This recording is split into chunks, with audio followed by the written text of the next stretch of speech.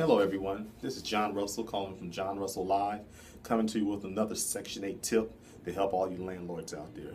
Today we're going to be talking about how to make sure that the tenant doesn't know where you actually live at. This is very important when dealing with Section 8 tenants or any other tenant. We don't really want them to know where we live at. So I'm going to tell you why, what we can do to prevent that. On your initial onset or your first meeting when you're about to establish a lease, make sure the lease has another business address or a P.O. box.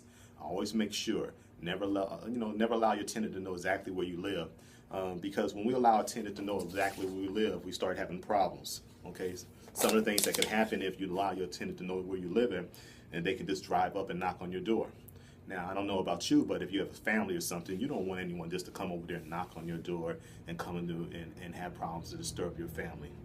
Another thing that they can do is also your tenant may be able to just drive by your house and scope out where you live at. A lot of times when you're dealing with tenants or any other type of tenant, they're always curious about what the owner has or how he's living or his standard of living. And sometimes they may become a little envious and make sure that they have that same standard of living with you. But it's kind of impossible since you own the property.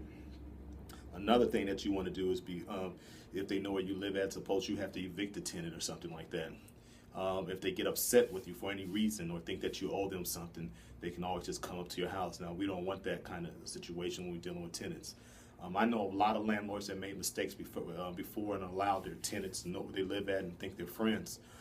It can be any type of tenant. It could be a Section 8 tenant or other tenant. We don't really want them to know where we live at. And it's not that they're bad people. We just try to keep away our personal life and our private life separately. Okay. Also, if they know where you live at, they can send someone else to harass you. They can have people serve you with papers and everything else like that. I don't know about you, but if I want to get served with some papers, more than likely I want to be at home, at my business office, or they can send them to a P.O. box or something like that. It's okay to allow them to know where your P.O. box is, because that's where you want all correspondence to be at. If you have a business office or you have a P.O. box, that's the office. That's the address that should be on your list under the landlord or the lessor. Okay. Another thing I want you to remember also, especially all of us that are trying to make it and have families when we deal with Section 8 tenants, we want to make sure that they don't have our home residence phone line. That can be a big mistake. Now, I'm saying all this from my own past mistakes before when I first started. I had tenants that call my house, disturb my wife, disturb my family, calling it a simple problem.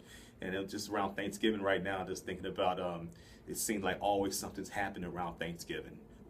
Maybe a stove out or something. They haven't used the oven. They want to cook a turkey. They want it done fast. I understand that we have to fix those things to be responsible landlords, but we don't want them to have our own, our personal home phone number disturb our family. We try to keep that separately. So I best advise you just to get a cell phone number and just let them know that if you have any issues, we can call on a cell phone number. If you don't respond, leave a message or email address or anything else like that. But please refrain from giving them too much of your personal information. I made that mistake before in the past also when I had a Section 8 tenant have my home phone number, and it came over to, they kept on calling. They'll call at 1 o'clock in the morning, 2 o'clock in the morning and say something's happening, and you have to realize that some of these people, some of these tenants may not be accustomed to taking care of or solving problems like that, so they expect you to solve it at 2 o'clock in the morning. And it may not even be anything seriously. It may be the toilet or something like that is backed up, and they may have another toilet in the house. It could be as simple as that. Just want to give you one scenario that happened to me, and it was just a freak accident. Now, one of my tenants, a Section 8 tenant, that happened to be a school bus driver, and she said that she knows where I live at because her bus route was in my community. And then guess what happened when she found out? She would pull her bus in front of my house and try to pay her portion of the Section 8 rent.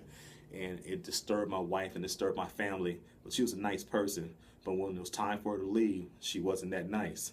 So let's try to refrain from letting that happen to us.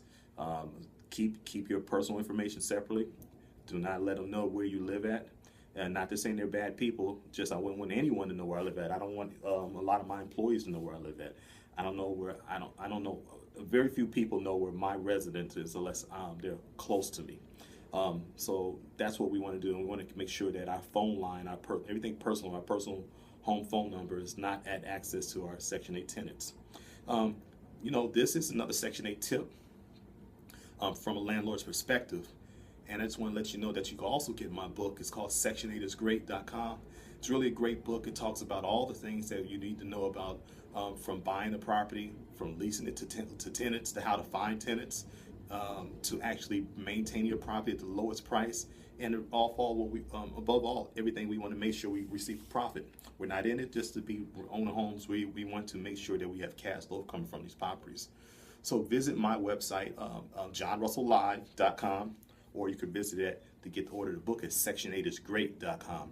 It's a great tool, it's a great resource for all of us to gain Section 8 wealth. Let's enjoy the journey together, and I'm going to keep on coming up with these Section 8 tips. This is John Russell from John Russell Live. Section 8 is great, and this is a Section 8 tip. Thank you. Let's talk to you later. Bye.